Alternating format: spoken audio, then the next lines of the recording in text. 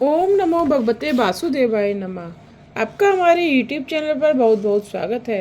कल की कथा में आपने मनु और उनके वंश की कथा का श्रवण किया था। आज की कथा में हम विशेष रूप से इक्ष्वाकु, मानधाता एवं सौगरी चरित्र तथा भगीरथ चरित्र और गंगावतरण की कथा का श्रवण करेंगे। अगर आपको आज की कथा समझ में ना आए तो आप मेरे चैनल पर जाकर इससे पहले की कथा का श्रवण कीजिएगा। मनुपुत्र नवक के घर नावाग हुए और भगवान शंकर की कृपा से नावाग के घर भक्त अम्बरीश का जन्म हुआ। अम्बरीश मर्यादा भक्ति के आचार्य हैं। कांकरौली में विराजमान द्वारकानाथ राजा अम्बरीश के सेव्य ठाकुर जी हैं। ये ठाकुर जी रोज 52 मन भोग आरोगते थे। कितनी सामग्री इकट्ठी की जाती होंगी। अम्बरीश शब्द का अर्थ भी तो देखिए। अंबर अर्थात आकाश और ईश अर्थात ईश्वर। आकाश अंदर भी है और बाहर भी। जिसके अंदर और बाहर सभी स्थान पर ईश्वर है, वही अम्बरीश है। चारों ओर जिसे परमात्मा दिखाई दे, वही अम्बरीश है। ज्ञान मार्ग में इंद्रिय रूपी द्वार बंद रखने पड़ते हैं। भक्ति मार्ग में सभी इंद्रियां भगवान के मार्ग में लगानी पड़ती हैं। भगवान के चरणों में भक्त अपनी इंद्रियां अर्पित कर देता है। भक्त अपनी सारी इंद्रियों को भगवान से विवाह कर देता है। भगवान ऋषिकेश हैं, इंद्रियों के स्वामी हैं। राजा अम्बरीश महान भक्त थे। उनका मन भगवान के चरणों में, बाणी भगवत गुण वर्णन में, हाथ हरि मंदिर की सफाई में, पांव प्रभु के क्षेत्रादि की पदयात्रा में, कान भगवान की उत्तम कथाओं के श्रवण में तथा दोनों नेत्र मुकुंद भगवान की मूर्तियों के दर्शन में व्यस्त रहते थे। मस्तिष्क से वे भगवान श्री कृष्ण को वंदन करते रहते थे। भगवान की सेवा में जो व्यक्ति अपना शरीर लगा देता है, उसका देहाभिमान कम हो जाता है। भक्ति मार्ग में धन या तन नहीं, मन ही प्रधान है। जब से भक्ति मार्ग में धन का प्राधान्य हुआ है, तब से भक्ति छिन्न भिन्न होती जा रही है। राजा अम्बरीश तभी सर्वप्रथम कहते हैं, मेरा मन सदा कृष्ण के चरण कमलों में ही रहे। सेवा में धन नहीं, मन ही मुख्य है। सेवा का अर्थ है सेव्य श्री कृष्ण के मन को प्रोए रखना। सेवा का संबंध मन से है। शरीर से जो क्रिया की जाए, उनमें यदि मन का सहकार नहीं होगा तो वह व्यर्थ ही हो जाएगी। सेवा का क्रम अम्बरीश ने बताया है। सेवा का आरंभ मन से होता है। मन सूक्ष्म होता है। वह जगत और ईश्वर के साथ एक साथ संबंध नहीं रख सकता। मन को मनाओगे तो वह मानेगा, किसी के उपदेश से नहीं। तुम स्वयं अपने मन को समझाओगे तो असर होगा। अपने मन को और कोई क्या और कैसे समझा सकता है। राजा अम्बरीश के इष्ट देव द्वारकानाथ हैं। राजा होने पर भी स्वयं सेवा पूजा करते हैं। घर में कई सेवक होने पर भी वे कहते हैं, मैं तो ठाकुर जी का दास हूँ, उनकी सेवा स्वयं मुझे ही करनी चाहिए। दास्य भाव से सेवा ही मुख्य है। उसी का पेट भरता है जो स्वयं भोजन करे। जो भजन और सेवा स्वयं करे, उसे फल मिलता है। 4 काम स्वयं करने पड़ते हैं, भोजन, विवाह, ठाकुर जी की सेवा और मृत्यु। अम्बरीश तो चक्रवर्ती राजा था, फिर भी वह प्रभु सेवा तो स्वयं ही करता था। ठाकुर जी के मंदिर की सफाई भी करता था। वैसा करने से वैष्णवों की चरण रज का लाभ मिलता है। भागवत में स्पष्ट लिखा है कि अम्बरीश भगवान के दर्शन के लिए खुले पांव पैदल ही जाता था। मानो कि हम अम्बरीश का पूरा पूरा अनुकरण नहीं कर सकते, किंतु उनका कुछ ना कुछ तो अनुकरण करना ही चाहिए। एक बार तो अम्बरीश ने भगवान श्री कृष्ण की आराधना के हेतु 1 वर्ष तक एकादशी करने का व्रत लिया था। एकादशी व्रत सभी व्रतों में श्रेष्ठ है। इसमें 2 प्रकार है, निषेध व्रत और परिपालन व्रत। अन्नाहार से दोष न हो, इसके लिए निषेध व्रत किया जाता है। भगवान की आराधना के हेतु किया गया भगवत सुखदायी है। एकादशी का व्रत त्रिदिवसीय है। दशमी के दिन 1 बार भोजन करें। हो सके तो हविन्यान का भोजन करें। दूध और चावल का सात्विक आहार करें। इस दिन अजीर्ण हो जाएं, उतना भोजन ना करें। एकादशी तो यदि शक्य है तो निर्जला ही की जाए। ऐसा ना हो सके तो दूध या ऋतु फल का संयम पूर्वक आहार करें। ऐसा करने पर ही इस व्रत का फल मिलेगा, अन्यथा नहीं। व्रत करने का विचार दृढ़ होगा तो भगवान शक्ति देंगे। एकादशी व्रत करने का संकल्प करोगे तो प्रभु सहायता करेंगे। सत्यनारायण की कथा में उस लकड़हारे की बात आती है, जिसने अपने पास पैसे ना होते हुए भी सत्यनारायण की पूजा और व्रत किया और परमात्मा ने उसका संकल्प परिपूर्ण किया। परमात्मा सत्कर्म में हमेशा सहायक होते हैं। लोग मानते हैं कि एकादशी क्या आई, दिवाली के आगम का संदेश आ गया। ऐसा कभी न सोचा जाए। एकादशी के दिन घर में अन्न पकाया तो क्या, उसका दर्शन तक न किया जाए। इस दिन अन्न में सभी पापों का वास होता है। वे सब उस अन्न खाने वाले के सिर पर जा पहुंचते हैं। एकादशी के दिन पान सुपारी भी ना खाई जाए, दिन को सोया भी ना जाए, रात को 1-2 घंटा भजन अधिक करें। इस दिन पंढरपुर में विट्ठल नाथ जी भी नहीं सोते। 5 कर्मेंद्रियां, 5 ज्ञानेंद्रियां और 1 मन, इन सभी को प्रभु में लगाए रखना ही एकादशी है। यद्यपि आज लोग एकादशी में 11 रसों को भोगते हैं और उसे दीपावली का लघु रूप ही बना लेते हैं। ऐसा नहीं करना चाहिए। ऐसी एकादशी से कोई फल नहीं मिल पाता। उपसमीप और बास रहना, उपवास का अर्थ है प्रभु के पास रहना, और वही है सच्ची एकादशी। द्वादशी के दिन एक ही बार भोजन करो। सुपात्र ब्राह्मण की सेवा के बाद प्रसाद ग्रहण करो।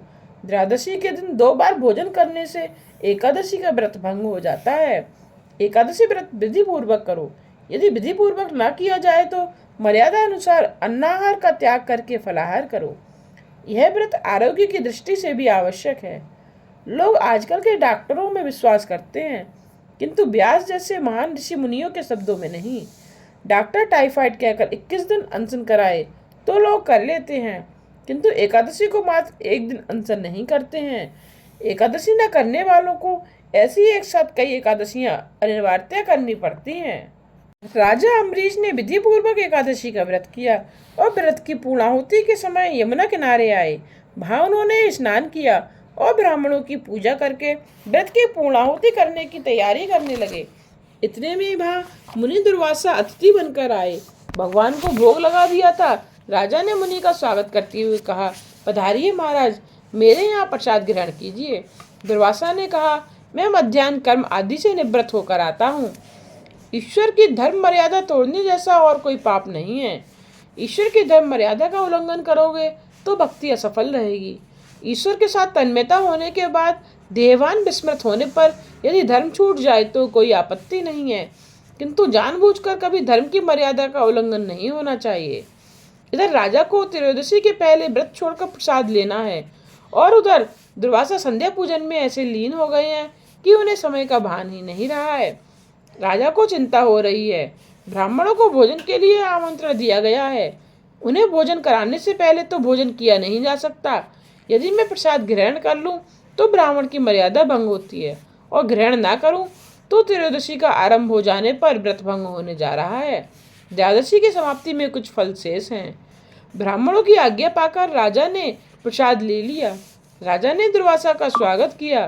दुर्वासा ने अनुमान करके मान लिया कि राजा ने प्रसाद ले लिया है। उन्होंने राजा से कहा, राजन, तूने मुझे आमंत्रण तो दिया किंतु भोजन करके अच्छा नहीं किया। मैं अतिथि हूँ और मुझे भूखा रखकर तूने भोजन कर लिया। ये कैसी है तेरी विष्णु भक्ति। राजा कहने लगे, मैंने तो मात्र जलपान ही किया है महाराज। किंतु दुर्वासा कब सुनने वाले थे। उन्होंने क्रोधवश राजा की एक भी न सुनी। जब तक दुर्वासना है तब तक क्रोध भी शेष ही है। दुर्वासा ने अपने सिर के केस से कृत्या उत्पन्न की और उसे राजा को मारने की आज्ञा दी। कृत्या अम्बरीश को मारने चली तो अम्बरीश की प्रार्थना से भगवान ने सुदर्शन चक्र छोड़ा और कृत्या की हत्या कर दी। अब वह सुदर्शन चक्र दुर्वासा के पीछे दौड़ा। मुनि एक लोक से दूसरे लोक भागने लगे, किंतु चक्र ने पीछा न छोड़ा। दुर्वासा की रक्षा कोई न कर सका। अंत में वे बैकुंठ में आकर नारायण से प्रार्थना करने लगे, भगवान मेरी रक्षा कीजिए। नारायण ने स्वागत किया तो मुनि ने कहा, मेरे पीछे आपका चक्र दौड़ रहा है, मेरी रक्षा करें। भगवान मुनि से कहने लगे, जो वैष्णव अनन्य भाव से मेरी सेवा करके मुझे अपना सर्वस्व अर्पण करता है, उसे मैं भी अपने सर्वस्व का दान करता हूँ। मैं भक्ताधीन हूँ। मेरा चक्र इस समय राजा अम्बरीश की आज्ञा के अधीन है। दुर्वासा जी, मैं तो पूर्णतः भक्ताधीन हूँ। मैं लेस मात्र भी स्वतंत्र नहीं हूँ। मेरे भोले भाले सरल भक्तों ने मेरे हृदय को अपने बस में कर रखा है। भक्तजन मुझसे प्रेम करते हैं, मैं भक्तजन से। भक्त के आगे ना तो मैं अपनी परवाह करता हूँ और ना तो लक्ष्मी की। भक्त मेरे लिए सब कुछ छोड़कर मेरी शरण में आते हैं। मेरे लिए भी अपने सर्वस्व का त्याग करते हैं। मुझे छोड़कर उनका अन्य कोई आश्रय नहीं है। ऐसे भक्तों को त्यागने का विचार मात्र भी मैं कैसे करूं। भक्तों ने मेरे हृदय को बस में कर लिया है। वे मुझे अत्यंत प्रिय हैं। मेरे सिवाय अन्य किसी भी प्रकार की मुक्ति की वे कभी इच्छा तक नहीं करते। मैं भक्तों का हृदय हूँ और भक्तजन मेरे हृदय हैं। भगवान कहते हैं, अपनी पत्नी, पुत्र, घर, स्वजन, धन, इहलोक परलोक, प्राण आदि सब कुछ का त्याग करके जो मेरी शरण में आए हैं, उनका त्याग मैं कैसे करूँगा। भक्त मुझे भक्ति से बस में कर लेते हैं। मेरे भक्तजन मेरा हृदय हैं और मैं उनका हृदय हूँ। भगवान कहते हैं तप और विद्या अति उत्तम है, फिर भी उसे यदि विनय विवेक का सहारा ना हो तो व्यर्थ ही है। आप तपस्वी हैं और आपके पास प्रबल शक्ति भी है, किंतु आपने उसका दुरुपयोग किया। आप ही तो जरा सोचें, क्या अम्बरीश ने कोई अपराध किया था? उसकी कोई भूल थी? उसने व्रत के पालन हेतु ही मात्र जलपान ही किया था, फिर भी आप क्रोधित हो गए। आप उसी के पास जाइए और उससे प्रार्थना करके क्षमा मांगिए। यदि भक्तराज अम्बरीश क्षमा करेंगे तभी इस सुदर्शन चक्र की गति रुकेगी। दुर्वासा अम्बरीश के पास आए और क्षमा याचना के लिए उन्हें प्रणाम करने जा रहे थे कि राजा ने कहा, नहीं नहीं महाराज, आप बंधन करें, ये शोभास्पद नहीं है। प्रणाम तो मुझे ही आपको करना चाहिए। राजा ने सुदर्शन चक्र से प्रार्थना की, शांत हो जाओ। यदि आज दिन तक मैंने कभी कोई दान पुण्य यज्ञ सेवा की है तो उन सबके पुण्य से तुम्हारा वेग शांत हो जाए। और सुदर्शन चक्र शांत होकर वापस लौट गया। अम्बरीश की कथा में भी एक रहस्य है।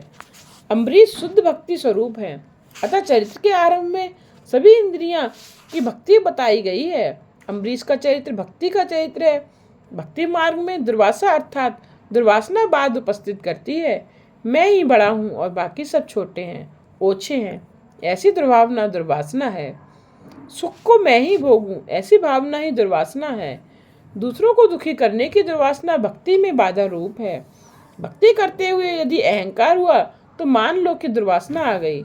दुर्वासना से अभिमान जागता है और अभिमान से क्रोध। क्रोध कृत्या कर्कशा वाणी को उत्पन्न करती है। कृत्या कर्कशा वाणी को मारने की तैयारी करती है। तो ज्ञान रूपी सुदर्शन चक्र भक्ति को बचाने आ जाता है। ज्ञान कृत्या का विनष्ट करता है। यदि भक्ति शुद्ध है तो कर्कशा वाणी उसका कुछ भी नहीं कर सकती। भक्ति की रक्षा सुदर्शन चक्र अर्थात ज्ञान करता है। सभी में श्री कृष्ण का दर्शन ही सुदर्शन है। भक्ति के निकट जब कृत्या कर्कशा वाणी आती है तो वैष्णव उनकी ज्ञान सुदर्शन चक्र से नाश करते हैं। यदि मन निंदा से प्रभावित हुआ तो वह सच्चा वैष्णव नहीं है। कर्कशा वाणी को सहन कर लोगे तो सुखी रहोगे। कर्कशा वाणी बोलने वाला ही अधिक दुखी होता है। यदि भक्ति शुद्ध है तो ज्ञान और वैराग्य दौड़ते हुए आएंगे, जैसे कि सुदर्शन चक्र आया था। और ज्ञान वैराग्य कृत्या कर्कशा वाणी निंदा का नाश करेंगे। दुर्वासा ने राजा अम्बरीश को कटु वचन सुनाए, फिर भी वे क्रोधित नहीं हुए थे। जिसके मस्तक पर ठाकुर जी विराजते हैं वही अम्बरीश है। जब दुर्वासा ने प्रशंसा की तब भी राजा को वैसी कोई प्रसन्नता नहीं हुई, अर्थात भी दोनों स्थिति में एक से ही रहते थे। सच्चा भक्त निंदा और स्तुति को एक समान मानता है। यदि भक्त को कोई कुछ कर्कश बात कह दे, उसकी निंदा करे, फिर भी उस पर अम्बरीश की भांति असर नहीं होता। भक्ति करो तो अम्बरीश की भांति करो।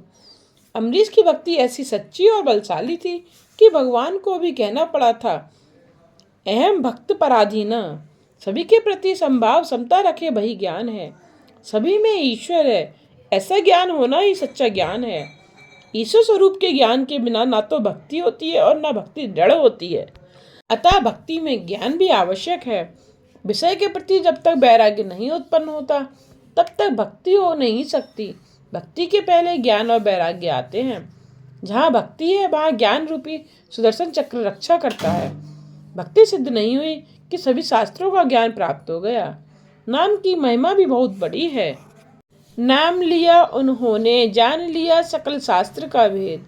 बिना नाम नरक में गया, पढ़ चारों वेद। अम्बरीश ने दुर्वासा को प्रेम से भोजन कराया और क्षमा मांगी। अम्बरीश सच्चे वैष्णव थे, ना तो दुर्वासा के क्रोध से व्यथित हुए और न उनकी प्रशंसा से सुखी। सच्चे वैष्णव कभी दूसरे का दोष नहीं देखते हैं, बल्कि अपना ही दोष बार बार देखते हैं। अम्बरीश ने माना कि जीत उनकी नहीं ईश्वर की हुई है।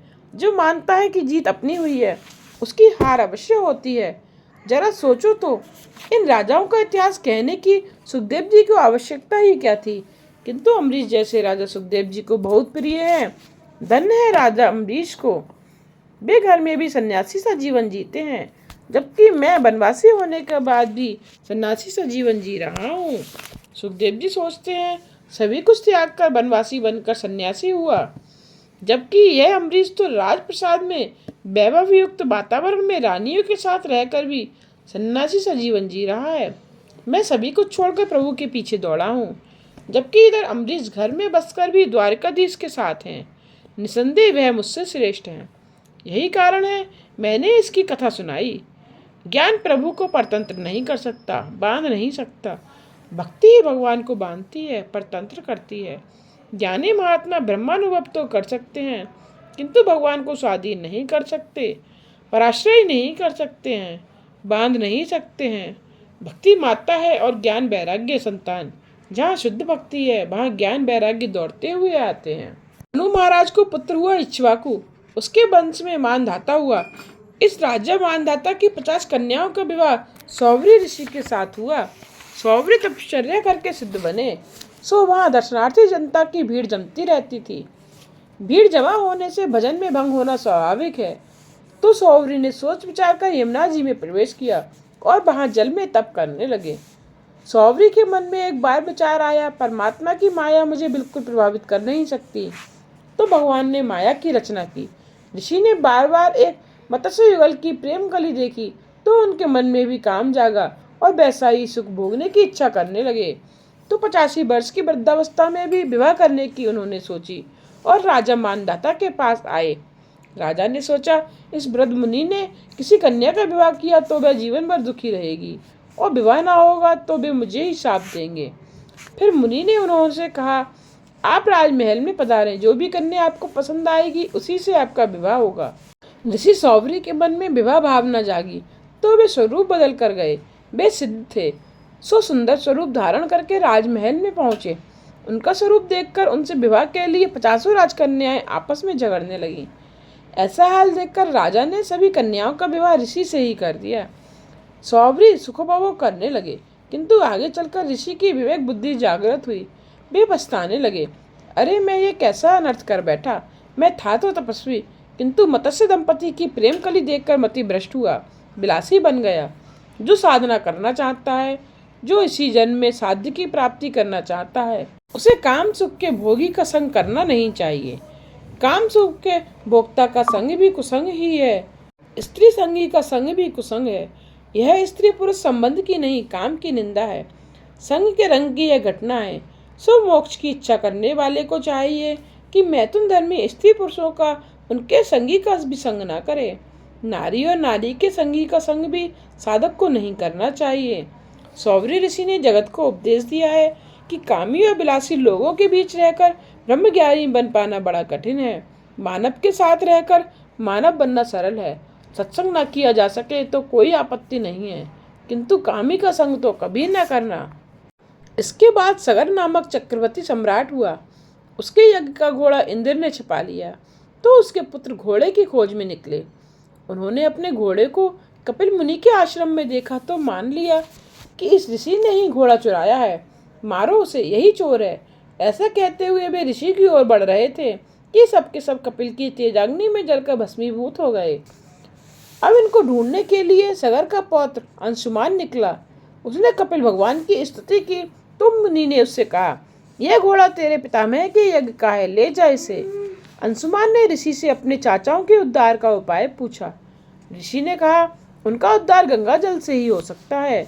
यदि गंगा जी यहाँ पधारें तभी शक्य हो सकता है, और तो कोई उपाय है ही नहीं। गंगा को प्रसन्न करने के लिए अंशुमान ने, उसके पुत्र दिलीप ने और दिलीप के पुत्र भागीरथ ने भी तप किया।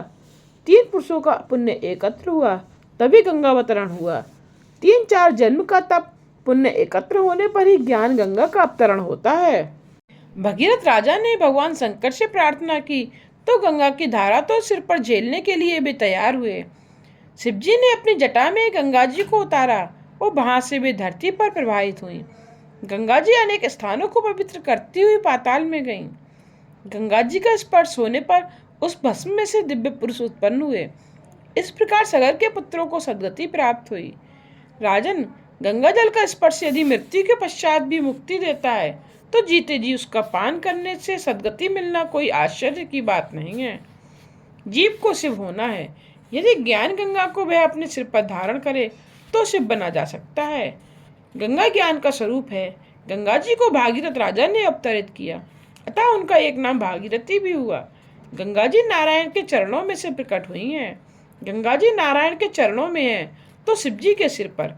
आगे चलकर इस देश में एक खटवांग नामक राजा हुआ। उसने देवों की ओर से जाना कि 2 घटिका के बाद उनकी मृत्यु होगी, तो उसने सब कुछ छोड़कर भगवान से मन जोड़ लिया। परमात्मा का ध्यान करते हुए उसने देह त्याग किया, उसे सदगति मिली। इस प्रकार मात्र 2 घटिका में खटवांग ने आत्म कल्याण कर लिया। खटवांग के बाद दीर्घबाहु राजा हुआ और उसके बाद राजा रघु। रघु महाज्ञानी और उदार था। अंत में उसने सर्वस्व का धोती तक का त्याग कर दिया था। उसकी बड़ी कीर्ति फैली। इसी कारण से सूर्यवंश का नाम हुआ रघुवंश। रघु राजा ने कई यज्ञ याग भी किए थे। जो भगवान के वंश को संभालता है उसके अपने वंश का कभी नाश नहीं होता। राजा रघु के घर अज नामक राजा हुआ और अज के बाद दशरथ। दशरथ अयोध्या में राज्य करते थे। वे पूर्व जन्म में ब्राह्मण थे। इस पूर्व जन्म के ब्राह्मण का नियम था गांव के बाहर आए हुए मंदिर रणछोड़राय जी को प्रतिदिन 1000 तुलसी दल चढ़ाना। वृद्ध हो चले, 85 वर्ष के हो गए। एक बार ज्वर आया तो उन्होंने ज्वर से कहा, तू आए, इसमें मुझे कोई आपत्ति नहीं है, किंतु मेरे ठाकुर पूजा के बाद आना। मेरी सेवा का क्रम अटूट रहना चाहिए। ऐसा संकल्प सुनते ही ज्वर भाग गया। वे मंदिर में सेवा पूजन के लिए आए तो वहां किसी के रोने की आवाज सुनाई दी। देखा तो पिशाचिनी रो रही थी। वह कहने लगी, पूर्व जन्म में मैंने दुराचार किया था, अपने पति को मैंने बहुत दुख दिया था, सो मुझे इस जन्म में पिशाचिनी बनना पड़ा। आप कृपया मेरा उद्धार करें। ब्राह्मण दयालु था। उसने प्रतिदिन के नियमानुसार विष्णु सहस्त्र नाम पाठ के साथ तुलसी दल अर्पण करते हुए भगवान से प्रार्थना की, हे प्रभु, यह पापी जीव व्यथित हो रहा है, मैं अपना सारा पुण्य अर्पण करता हूँ, आप इसका उद्धार करें। प्रभु प्रसन्न हुए। उन्होंने ब्राह्मण से कहा, अगले जन्म में तुम दशरथ होगे और यह पिशाचिनी कौशल्या, मैं पुत्र रूप में तुम्हारे घर में आऊंगा। अपना सारा पुण्य तुमने एक जीव के उद्धार में लगा दिया है, अतः वह अनंत अमाप हो गया है। ब्राह्मण ने वही शरीर त्याग दिया। वही ब्राह्मण अब इस जन्म में दशरथ हुए। उनकी 3 रानियां थीं, कौशल्या, सुमित्रा और केकई। कौशल्या धर्म पत्नी थी और सुमित्रा केकई भोग पत्नी। 3 पत्नियां होने पर भी दशरथ में संतान थे, सो वे वशिष्ठ के पास गए। वशिष्ठ ने कहा, पुत्र काशिष्ठ यज्ञ करो, यह यज्ञ से तुम्हारे 4 पुत्र होंगे। पुत्र काशिष्ठ यज्ञ किया गया तो यज्ञ कुंड में से क्षीर लेकर स्वयं अग्निदेव प्रकट हुए। उन्होंने राजा से कहा, इस प्रसाद को अपनी रानियों को खिला देना, आपके यहाँ दिव्य संतानें होंगी। वशिष्ठ मुनि ने राजा को आज्ञा दी, धर्मपत्नी कौशल्या को इस प्रसाद का अर्धभाग देना, बाकी रहे प्रसाद को कैकई सुमित्रा में बांट देना। दशरथ राजा ने वैसा ही किया। तुलसीदास ने रामचरितमानस में कैकई की ओर से बड़ी सफाई दी है, किंतु एकनाथ महाराज ने उसे कर्कशा ही बताया है। कर्कश वाणी से पति का अपमान करने वाली स्त्री ही कैकई है। कैकई ने दशरथ का अपमान किया, झगड़ा किया कि उसे प्रसाद के अंत में दिया गया। उसने प्रसाद उठाकर बाहर फेंक दिया। उसी प्रसाद को समड़ी उठा ले गई और एक पर्वत पर आई। वहां अंजनी देवी तपचर्या कर रही थी। उस समड़ी ने अंजनी देवी के सिर पर छाया की और प्रसाद भी दे दिया। अंजनी देवी ने प्रसाद खा लिया तो उनको हनुमान जी प्राप्त हुए। अब कैकई को प्रसाद गंवाने का दुख और पश्चाताप होने लगा। कौशल्या बड़ी उदार थी। उन्होंने अपने भाग के प्रसाद में से कुछ अंश कैकई को दिया। सुमित्रा ने भी कैकई को थोड़ा सा प्रसाद दिया। इस प्रकार तीनों रानियों ने प्रसाद खाया। अपने घर को अयोध्या सा बनाओ, जहाँ युद्ध क्लेश नहीं है, वही अयोध्या है। सरयू नदी अर्थात भक्ति प्रवाह के किनारे पर रहने से शरीर भी अयोध्या बनेगा और ऐसी नगरी में बसा हुआ जीवात्मा दशरथ जितेंद्रिय बनेगा। मानव जीवन क्षणभंगुर है, ऐसा मानकर मनुष्य को निरपेक्षता और नम्रता धारण करनी चाहिए। अपने इंद्रिय रूपी अश्वों को नियंत्रित करके शरीर रथ को योग्य मार्ग पर चलाओगे तो रामचंद्र जी पधारेंगे। अपनी इंद्रियों को बस में रखो, जितेंद्रिय बनो। ईश्वर की सलाह लेना मन की नहीं, मन विश्वासघाती है। 10 इंद्रिय रूपी अश्वों को नियंत्रित करके शरीर रथ को लेकर जो रामचंद्र जी की ओर जाता है वही दशरथ है। ऐसे दशरथ के घर भगवान पुत्र रूप से आते हैं। दशानन रावण विषयों के अमर्याद भोक्ता के घर भगवान काल रूप से आते हैं। दशरथ जीवात्मा है। इन 10 इंद्रियों को बस में करके जो जितेंद्रिय बन सकता है वही दशरथ है जो सभी को प्रसन्न करता है। उसके यहाँ सर्वेश्वर आते हैं। दशरथ सभी रानियों की इच्छा जान लेते थे। सुमित्रा कहती हैं कि वह तो कौशल्या की सेवा में रहना चाहती हैं। दशरथ ने सोचा है कि इसका पुत्र महाज्ञानी होगा। राम के गर्भ जन्म के समय से ही कौशल्या तो ईश्वर के ध्यान में लग गई।